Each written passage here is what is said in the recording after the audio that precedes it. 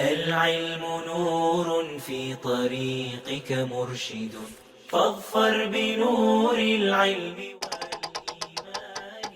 علم عبادة وتقرب للواحد الديان، ويعرف العلم بربهم سبحانه الملك العظيم الشان. أسماؤه حسنى كذاك صفاته عليا بلا. اعوذ باللہ من الشیطان الرجیم. سورة البقرہ آیت نمبر 29.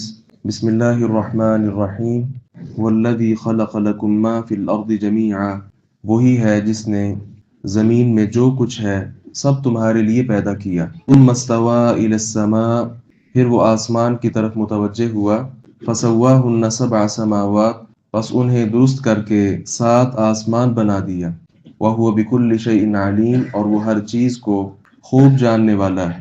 وَإِذْ قَالَ رَبُّكَ لِلْمَلَائِكَةِ، اور جب تیرے رب نے فرشتوں سے کہا، إِنِّي جَاعِلٌ فِي الْأَرْضِ خَلِيفَةً، بلا شبہ میں زمین میں ایک جانشین بنانے والا ہوں. قَالُوا أَتَجْعَلُ فِيهَا مَن يُفْسِدُ فِيهَا، انہوں نے کہا کیا آپ اس کو بنائیں گے جو اس میں فساد کرے گا. وَيَسْفِكُ الدِّمَاءَ، اور بہت سے خون بہائے گا. وَنَحْنُ نُسَبِّحُ بِحَمْدِكَ وَنُقَدِّسُ لَكَ، اور ہم تیری تعریف کے ساتھ ہر عیب سے پاک ہونا بیان کرتے ہیں. وَنُقَدِّسُ لَكَ، اور تیری پاکیزگی بیان کرتے ہیں. قَالَ إِنِّي أَعْلَمُ مَا لَا تَعْلَمُونَ، فرمایا بلا شبہ میں جانتا ہوں جو تم نہیں جانتے. وَعَلَّمَ آدَمَ الْأَسْمَاءَ كُلَّهَا، اور آدم کو سب کے سب نام سکھلا دیے. ثم عرضهم على الملائکہ، پھر ان کو فرشتوں کے سامنے پیش کیا. فقال انبئونی باسماء هؤلاء، پھر فرمایا کہ مجھے ان کے نام بتاؤ. ان کنتم صادقین، اگر تم سچے ہو. قالوا سبحانک، انہوں نے کہا تو پاک ہے. لا علم لنا الا ما علمتنا، ہمیں کچھ علم نہیں مگر جو تو نے ہمیں سکھایا. انک انت العلیم الحکیم، بلا شبہ تو ہی سب کچھ جاننے والا کمال حکمت والا ہے. قال یا آدم، فرمایا اے آدم، انبئہم باسمائہم، انہیں ان کے ناموں کے بارے بتلائیے. فلما انبأہم باسمائہم، تو جب انہوں نے سارے وہ نام بتا دیے. قال الم اقل لکم، تو فرمایا کیا میں تم سے کہا نہیں تھا.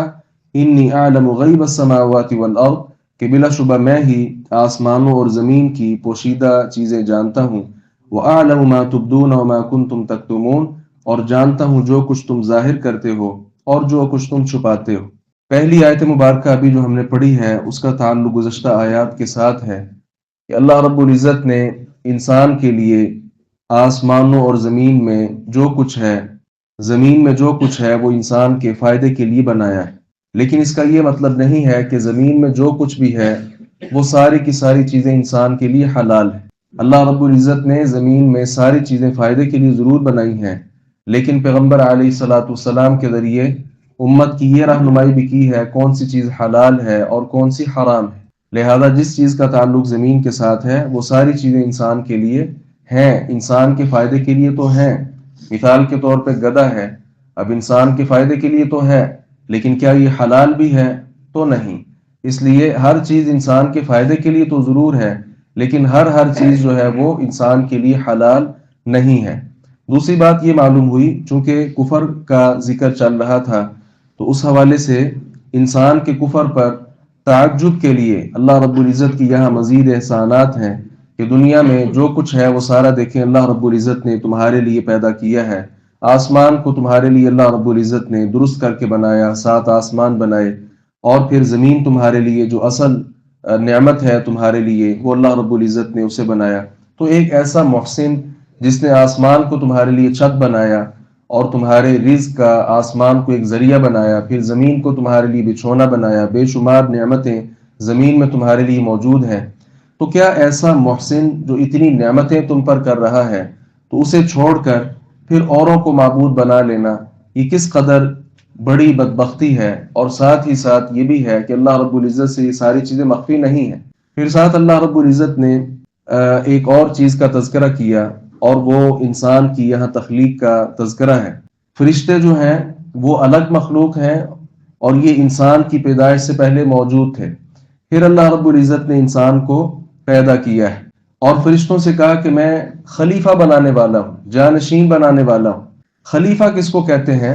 جس کے مرنے کے بعد کوئی دوسرا اس کا نائب بن جائے، یا کوئی شخص اپنے اختیارات وہ کسی اور کو سونپ دے، وہ خود سارے کے سارے امور سر انجام نہ دے سکتا ہو، تو بعض معاملات وہ کسی کو سونپ دے تو وہ اس کا نائب ہوتا ہے۔ اس لیے انسان کو خلیفۃ اللہ کہنا یہ بالکل جائز نہیں ہے۔ کئی لوگوں نے کہا کہ ہم اللہ کے جانشین ہیں، یہ بہت بری بات ہے۔ قرآن پاک کی آیت مبارکہ کا یہ مطلب نہیں ہے۔ انسان اللہ رب العزت کا جانشین کیسے ہو سکتا ہے؟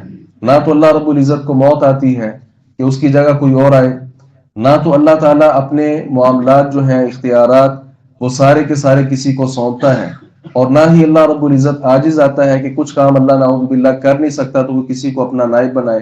اس لیے یہ کہنا کہ انسان اللہ کا جانشین ہے، یہ بات غلط ہے۔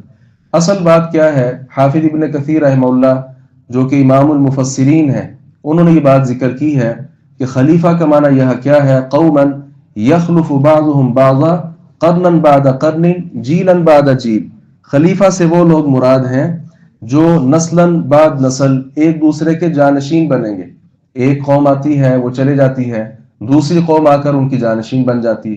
ہم سے پہلے عیسائی لوگ تھے، ان سے پہلے یہودی لوگ تھے، اور ہر نبی کی ایک امت ہے، ایک امت گزرتی ہے، دوسری امت آ جاتی۔ پھر اس سے آدم علیہ السلام ہی اکیلے مراد لینا یہ بھی درست نہیں ہے۔ اس کی وجہ یہ ہے کہ فرشتوں نے کہا تھا کہ آپ اس کو بنانے والے ہیں جو زمین میں فساد برپا کرے گا۔ حالانکہ آپ جانتے ہیں آدم علیہ السلام نے کوئی فساد برپا نہیں کیا، کیونکہ ان کے بعد بڑے لوگوں نے فساد ضرور برپا کیا ہے، لیکن آدم علیہ السلام سے اس کا تعلق بہرحال وہ نہیں تھا۔ ان کی نسل سے کئی لوگ فسادی تھے، گزر چکے، کئی اس وقت بھی موجود ہیں، کئی آئیں گے بھی، تو اس کا تعلق ان کے ساتھ رہا۔ یہ سوال کہ فرشتوں کو کیسے پتا چلا؟ فرشتوں کو کیسے پتا چلا کہ ایک قوم اللہ رب العزت جو یہاں آباد کرے گا تو وہ قوم فساد برپا کرے گی زمین میں؟ تو اس کا جواب یہ ہے کہ فرشتوں کو معلوم نہیں تھا، اللہ رب العزت نے ان کو بتایا تھا، کیونکہ اسی آیت مبارکہ میں لفظ باقاعدہ طور پہ موجود ہے کہ فرشتوں نے کہا کہ جس چیز کا تو ہمیں بتائے صرف وہ چیز ہمارے علم میں ہے، لا علم لنا الا ما علمتنا، ہمارے علم میں صرف وہی آ سکتا ہے جو تو ہمیں سکھائے۔ تو معلوم ہوا کہ اللہ رب العزت نے بتایا تھا فرشتوں کو کہ ایسے ایسے ہوگا۔ اچھا، پھر اگلا سوال یہ ہے کہ ملائکہ جو ہیں اللہ رب العزت نے ان کو علم نہیں دیا زمین کا، بلکہ زمین کی جو معلومات ہیں وہ اللہ رب العزت نے آدم کو سکھلائیں، فرشتوں کو کیوں نہ سکھلائیں؟ تو اس کا جواب صرف اللہ رب العزت جانتا ہے۔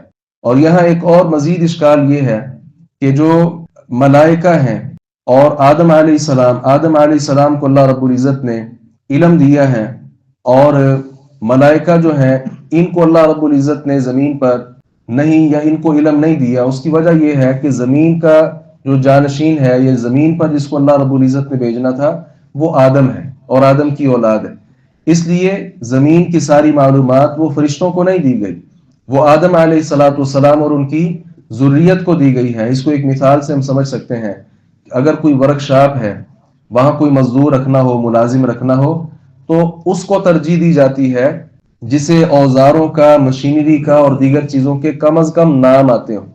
نام آئیں گے تو ظاہر ہے وہ ان کا استعمال بھی کچھ حد تک جانتا ہوگا۔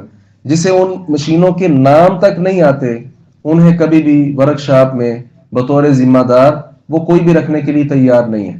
تو یہاں رہنا آدم نے تھا، ان کی ذریت نے، اولاد نے رہنا تھا، اس لیے زمین کے متعلقہ معلومات اللہ رب العزت نے انسان کو دی ہیں۔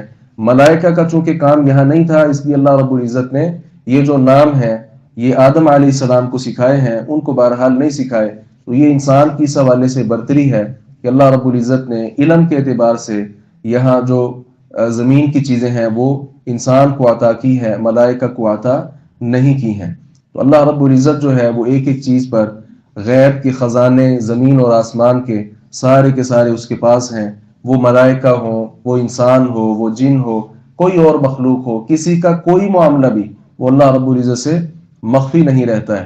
آگے مزید تذکرہ ہوگا آدم علیہ السلام کا۔ اللہ تعالیٰ سے دعا ہے باری تعالیٰ حق بات کو سمجھنے اور اس پر عمل پیرا ہونے کی توفیق عطا فرمائے۔